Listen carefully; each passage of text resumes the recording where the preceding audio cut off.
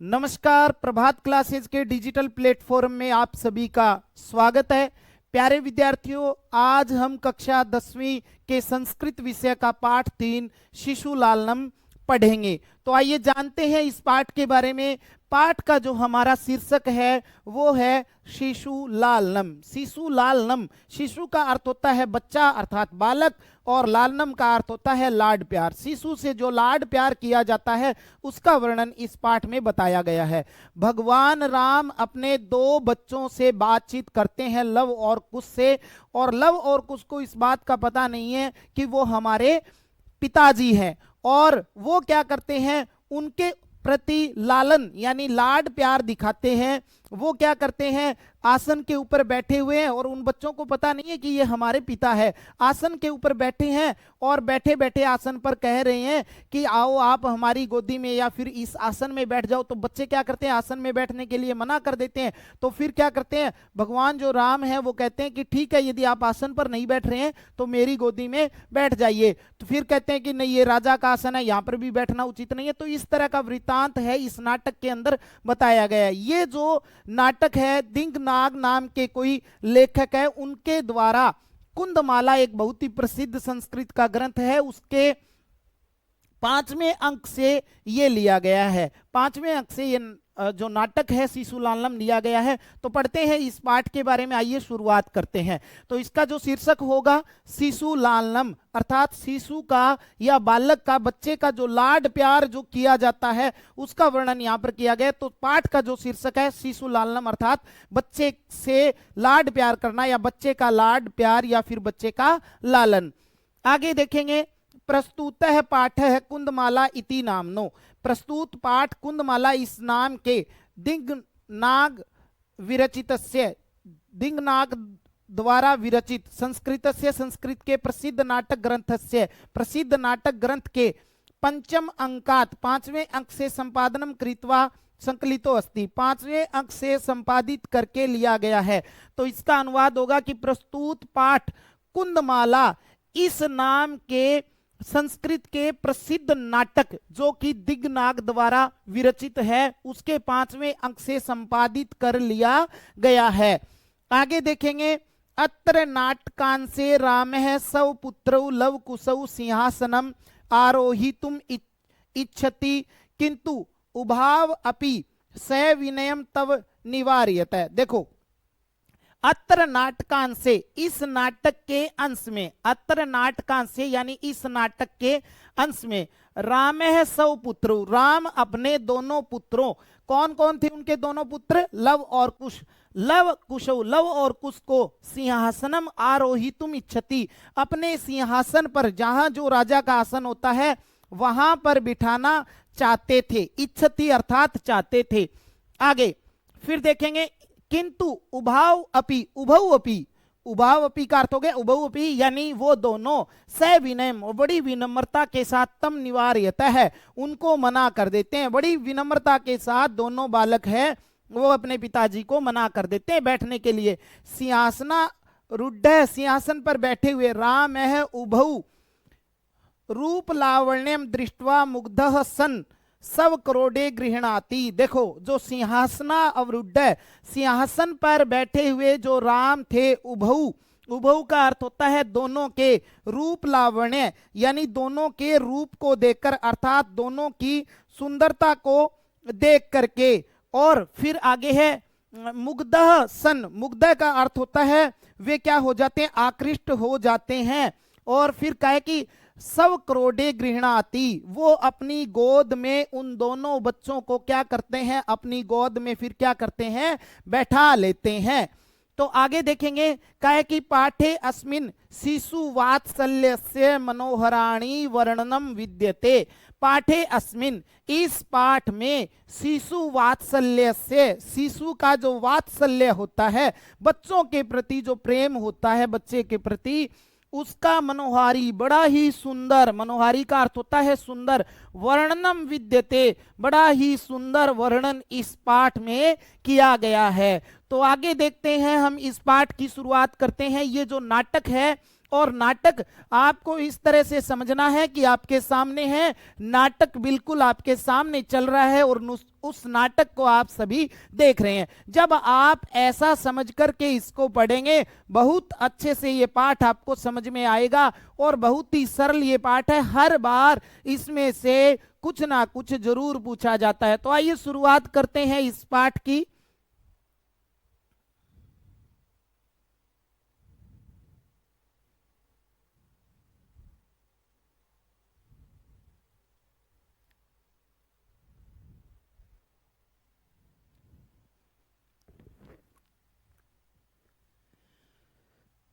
देखेंगे, सिंहासन सिंहासनस्थ राम, सिंहासनस्थ राम, सिंहासन जो राजा का जो आसन होता है, सिंहासनस्थ राम है, सिंहासन पर राम बैठे हैं। ये देखिए आपको भगवान राम है वो आपको दिखाई भी दे रहे होंगे और ये पास में लव और कुश दोनों बालक पास में खड़े हैं।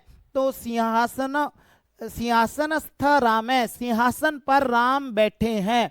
आगे ततः प्रविशतः विदूषकेनो उपदिश्यमान मार्गौ तापसौ कुशलवौ। देखो, ततः इसके बाद प्रविशतः प्रवेश करते हैं, विदूषकेन उपदिश्यमान मार्गौ, कह कि विदूषक के द्वारा बताए हुए मार्ग अर्थात रास्ते से, तापसौ, तापसौ का अर्थ होता है तपस्वी, कुश लवऊ, दोनों लव और कुश, विदूषक जो होता है उसकी नाटक के अंदर मुख्य भूमिका होती है। किसी ना किसी, हर किसी नाटक में विदूषक की जो भूमिका है वो जरूर होती है। तो देखेंगे कहे कि ततः इसके बाद प्रवेश करते हैं विदूषक के द्वारा बताए हुए रास्ते से दो तपस्वी बालक। यानी क्या होता है, एक तरह से आप ये समझे कि आपके सामने नाटक चल रहा है और जो भगवान श्री राम है वो क्या कर रहे हैं, उस सिंहासन पर वहां पर बैठे हैं और फिर कोई विदूषक होता है अर्थात नाटक में जिसका एक तरह से आप उपहास वगैरह का पात्र भी मान सकते हैं, जो बनता है कई बार हंसाने का काम करता है। तो देखेंगे इसके बाद जो विदूषक जो होता है ना वहां पर नाटक में, वो क्या करता है, वो दो बालकों को एक रास्ता बताता है, कहता है कि यहां से आप जाइए। तो बताए हुए मार्ग से जो तपस्वी जो बालक है दोनों, वो लव और कुश, वो वहां से प्रवेश करते हैं। यानी विदूषक के द्वारा बताए हुए मार्ग से दोनों बालक क्या करते हैं, प्रवेश करते हैं। आगे देखेंगे विदूषक, जो विदूषक है वो क्या कहता है, विदूषक इत आर्यौ, इत आर्यौ, इत का अर्थ होता है यहां इधर इधर, आर्यौ की है आर्य, इधर से वो आ रहे हैं तो उनको रास्ता बता रहे हैं, कह रहे कि इधर से आर्य कि यहां से आप आओ। आर्यौ यानी दोनों बालकों को उन्होंने आर्य शब्द का प्रयोग किया है। ये जो आर्य शब्द का प्रयोग है ये बहुत बार सभ्य के लिए, यानी आर्य या फिर आर्य शब्द का प्रयोग है ना, हमारे काफी संस्कृत के ग्रंथों में प्रयोग किया गया। आर्य का अर्थ होता है सभ्य व्यक्ति, ठीक है, यानी किसी के लिए सम्मानता के लिए श्रीमान जिस प्रकार हम प्रयोग करते हैं वैसे आर्य शब्द का यहाँ पर क्या किया गया है, प्रयोग किया गया है। आगे देखेंगे कुश लवौ, कुश और लव, रामम उपसृत्य प्रणम्य च, कुश और लव जैसे विदूषक ने रास्ता बताया उस रास्ते के पास से वो जाते हैं और फिर क्या कहते हैं, लव और कुश जो थे ना, रामम उपसृत्य प्रणम्य, राम के पास जाते हैं और प्रणम्य प्रणाम करते हैं। ऐसे राम के पास जाकर के उन्होंने क्या किया, प्रणाम किया, ऐसा झुक करके दोनों बालकों ने, और राजा थे वो तो प्रणाम करके क्या कहते हैं, अपि कुशलम महाराजस्य, की अपि भी कुशलम, कुशल है महाराजस्य की महाराज, कि महाराज कुशल हैं क्या, महाराज आप कुशल हैं, महाराज आप ठीक है।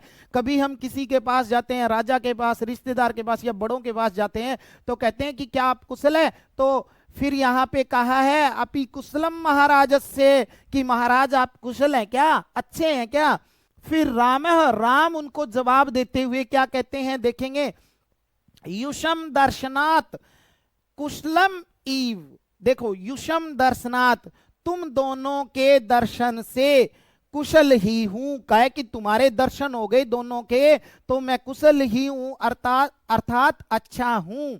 आगे भवतोः किम वयम अत्र कुशल प्रश्नस्य भाजनम एव न पुनरतिथि जन समुचितस्य कंठाश्लेषस्य। देखेंगे कहे कि भवतो हो आप दोनों के द्वारा किम क्या वयम अत्र, वयम का अर्थ होता है हम, अत्र यहां पर, कुशल प्रश्न से क्या कुशल प्रश्न पूछने के, भाजनम, भाजनम का अर्थ होता है यहां पर पात्र, क्या आपके द्वारा मैं कुशल प्रश्न पूछने का ही पात्र हूं क्या? क्या आप मुझे कुशलता ही पूछेंगे क्या? सिर्फ ये कह रहे हैं कि आप मेरे ठीक के बारे में यही पूछेंगे क्या सिर्फ?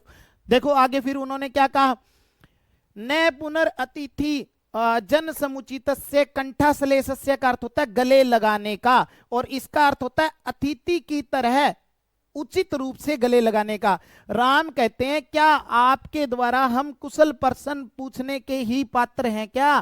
क्या आप मुझे गले नहीं लगाएंगे? अतिथि की तरह गले लगाने योग्य नहीं हूं क्या मैं? भाई आप मुझे सिर्फ कुशल ही पूछेंगे, मेरी कुशलता के बारे में ही पूछेंगे क्या? देखिए बड़े जब होते हैं और वो अपने किसी छोटों से या फिर अपने पुत्रों से कोई मिलता है तो उनको बड़ा मन करता है गले लगाने का, तो वैसे ही भगवान राम भी कह रहे हैं कि आप मेरी कुशलता के बारे में ही पूछेंगे क्या? गले लगाने योग्य नहीं हूं क्या मैं? मुझे गले नहीं लगाओगे? ऐसा उन्होंने कहा।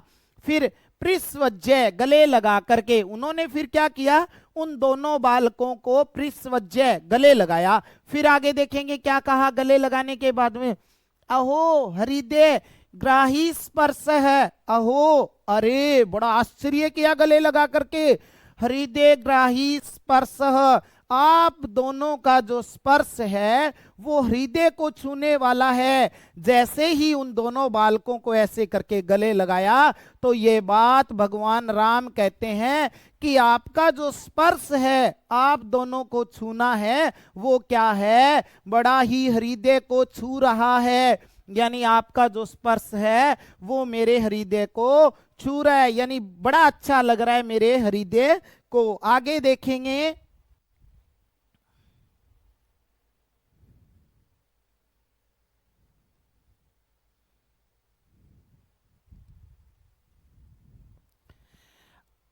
आसन अर्धम उपवेशयति, आसन अर्धम उपवेशयति।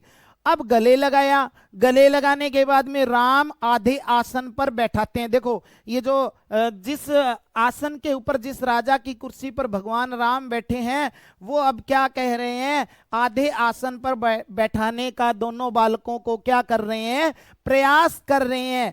फिर वो बालक मना करते हैं, आगे उसके बारे में भी हम पढ़ते हैं।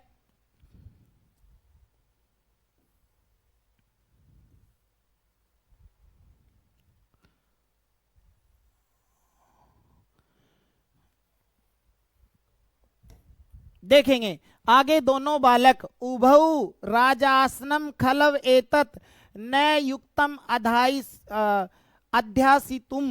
अब देखो उभौ दोनों बालक कहते हैं, क्या कहते हैं दोनों बालक, कहते हैं राजासनम खलव एतत, राजा आसनम खलु एतत, निश्चित ही, खलु का अर्थ होता है निश्चित ही, एतत यह राजासनम, राजा का आसन। दोनों बालक कहते हैं कि निश्चित ही ये क्या है, राजा का आसन है।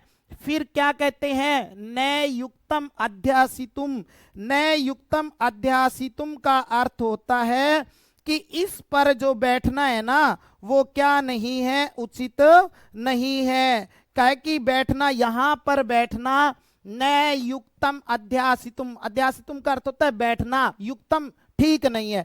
कहा कि ये जो निश्चित ये राजा का आसन है और इस पर बैठना क्या नहीं है, ठीक नहीं है। फिर आगे देखेंगे राम, राम कहते हैं स व्यवधानम न चारित्र्य लोपाए। देखो स व्यवधानम, कोई व्यवधान न नहीं होगा, चारित्र लोपाए, कहा कि आपके चरित्र में कोई भी व्यवधान नहीं होगा। कहा कि इसके ऊपर बैठने से कोई व्यवधान नहीं होगा, आपके चरित्र पर कोई फर्क नहीं पड़ेगा आप इसके ऊपर बैठेंगे तो। फिर वो क्या कहते हैं, फिर कहते हैं तस्माद अंकः जब उन्होंने मना कर दिया, कहा कि तो इसके ऊपर बैठने से आपके चरित्र पर कोई फर्क नहीं पड़ेगा। अब किसके ऊपर बैठने से कहा उन्होंने, अब वो क्या करते हैं, गोदी की ओर, अपनी गोद की ओर इशारा करते हुए कहते हैं कि आप इस पर बैठ जाओ, इस पर बैठने से आपके चरित्र पर कोई असर नहीं पड़ेगा। जब उन दोनों बालकों ने आसन पर बैठने के लिए मना कर दिया, तब कहते हैं तस्माद अंकः व्यवहितम ध्यायस्ताम सिंहासनम। देखो, व्यवहितम अध्यास्ताम सिंहासनम, देखो कहते हैं तस्माद अंक व्यवहितम अध्यास्तम सिंहासनम, कहते हैं कि बीच के अंदर है ना मेरी गोद है, तस्मात अंक है, वो अपनी गोद के लिए कहते हैं कि बीच में है ना मेरी क्या है, गोद है, और आप क्या करो कि इस गोदी में बैठिए, और इस गोदी में बैठोगे तो सिंहासन बाधित नहीं होगा, कहे कि सिंहासन पर कोई भी बाधा नहीं पड़ेगी। वो क्या करते हैं, कहते हैं कि इस पर बैठना है ना, वो आपके चरित्र पर कोई असर नहीं होगा, और वो गोदी में बैठाते हैं, कहते हैं कि इस पर बैठने से कोई भी व्यवधान नहीं होगा, कोई भी बाधा नहीं आएगी, बीच में गोदी को लेकर के वो कहते हैं। अंकम उपवेशयति, अंकम का अर्थ फिर होता है गोद, गोदी में उपवेशयति बैठाते हैं। दोनों बालकों को फिर क्या करते हैं, भगवान राम है वो दोनों बालकों को क्या करते हैं, अपनी गोदी में बैठाते हैं। आगे देखेंगे दोनों बालक क्या कहते हैं। जब वो गोदी में बैठाना चाह रहे थे या फिर बैठाने का प्रयास करते हैं, तो दोनों बालकों ने क्या कहा, उभऊ, दोनों, उभऊ का अर्थ होता है दोनों, ठीक है, और दोनों कहते हैं अनिच्छाम नाट्यत है, अनिच्छा का नाटक करते हैं। दोनों ने ऐसे मना कर दिया कि नहीं भाई हम तो नहीं बैठेंगे। फिर आगे देखेंगे अनिच्छा का नाटक करते हैं, कहते हैं राजन कि हे राजन, राजन शब्द आता है राजा के लिए कि हे राजा, अलम अति दाक्षिणेन, अलम राजन, अलम अति दाक्षिणेन कि अत्यधिक दयालुता, दाक्षिणेन का अर्थ होता है दयालुता, कि अत्यधिक दयालुता मत करो, अत्यधिक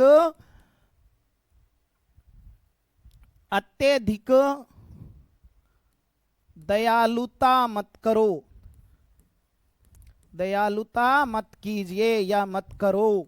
फिर राम है, राम कहते हैं, क्या कहते हैं, अलम अति शालीनतया, वो राम कहते हैं जब उन दोनों बालकों ने कहा कि ज्यादा आप क्या मत करो, दया मत करो, फिर राम कहते हैं कि आप भी अलम अति शालीनतया, आप भी क्या मत करो, ज्यादा शालीनता मत दिखाओ। जब उन्होंने ऐसा कहा कि अत्यधिक दयालुता मत करो, तो जो राम है वो कहते हैं कि आप भी ज्यादा शालीनता मत दिखाओ। श्लोक के माध्यम से जो भगवान राम है वो दोनों बच्चों को कहते हैं कि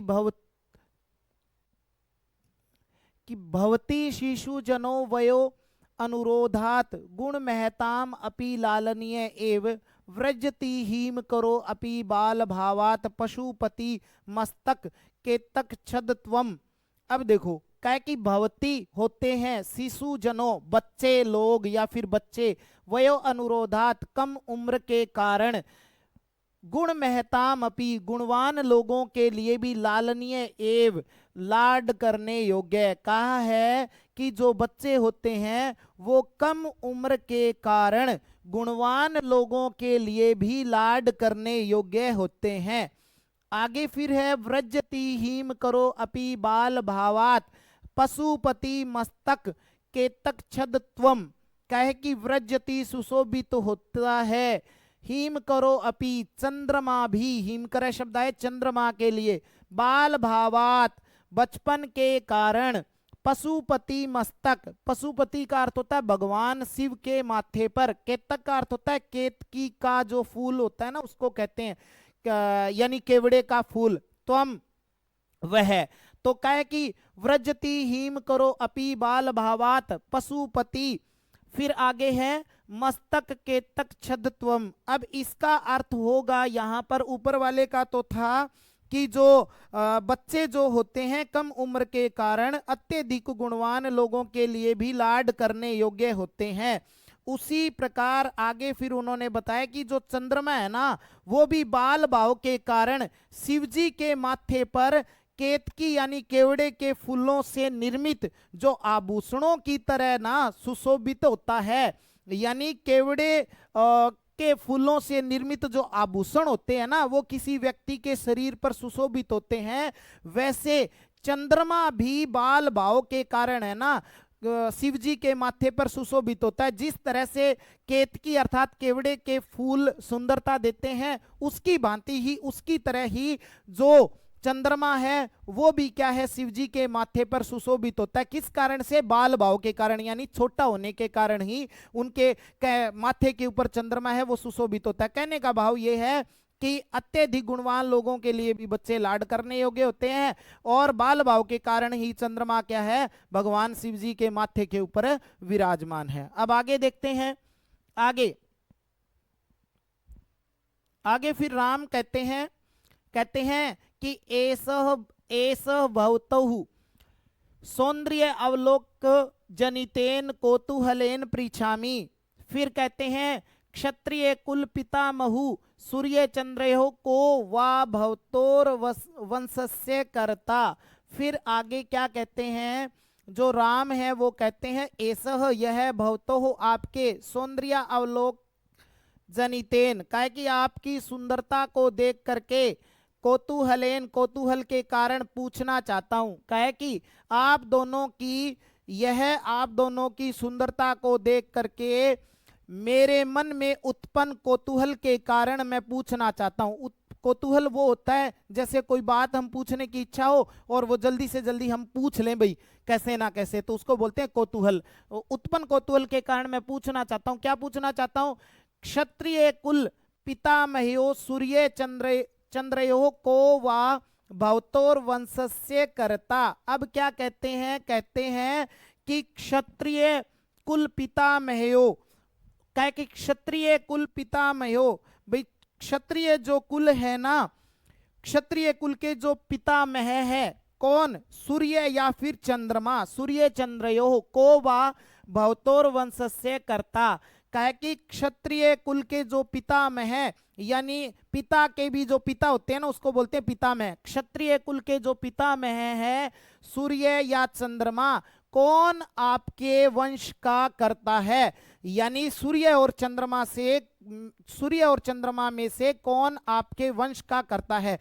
जैसे अलग अलग जातियों के वंश का जो करता होता है, अलग अलग लोग अलग अलग अपना गुरु मानते हैं, अलग अलग देवी को मानते हैं, तो वैसे ही कहा कि आपके वंश का करता कौन है। फिर आगे देखो, लव कहते हैं जवाब देते हुए कहते हैं भगवान सहस्र दिदिति ही।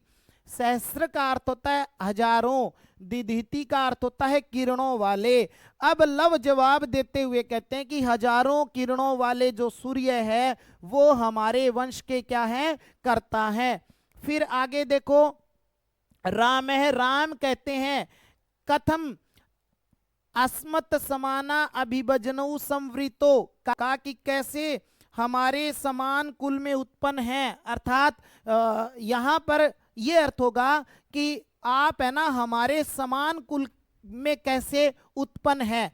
ठीक है भाई, आपका और हमारा जो कुल है ना वो एक जैसा लग रहा है, आपका और हमारा जो कुल है वो एक जैसा कैसे लग रहा है, ऐसा वो कह रहे हैं, क्योंकि सेम ही वो उन्हीं के पुत्र थे, तो कह रहे हैं कि कैसे हमारा जो कुल है वो एक जैसा लग रहा है। फिर आगे विदूषक कहते हैं उनको, किम द्वयोर अपि एकम एव प्रतिवचनम, का द्वयोर अपि एकम एव प्रतिवचनम, क्या दोनों का ही एक ही प्रतिवचन है? क्या दोनों एक ही बातें कहना चाहोगे? क्या दोनों का सेम ही है क्या उत्तर? दोनों का सेम ही उत्तर है क्या? ऐसा विदूषक कहते हैं कि दोनों का जो उत्तर है वो सेम ही है।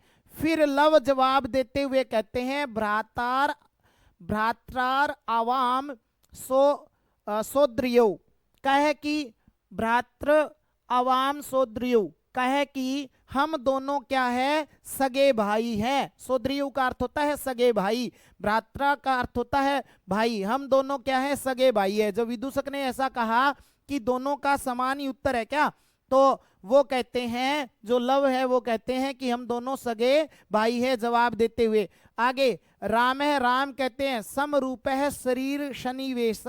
देखो समरूप है शरीर सन्निवेश है, शरीर सन्निवेश का मतलब होता है शरीर की बनावट, समरूप का अर्थ होता है समान। तो राम ने उन दोनों को देख करके कहा कि दोनों के शरीर की जो बनावट है वो क्या है, समान है, एक जैसी है। फिर कहते हैं वयस तू न किंचिद अंतरम, का है कि वयस तू न किंचिद अनंतरम, आयु के कारण भी आप दोनों में कोई अंतर दिखाई नहीं दे रहा है।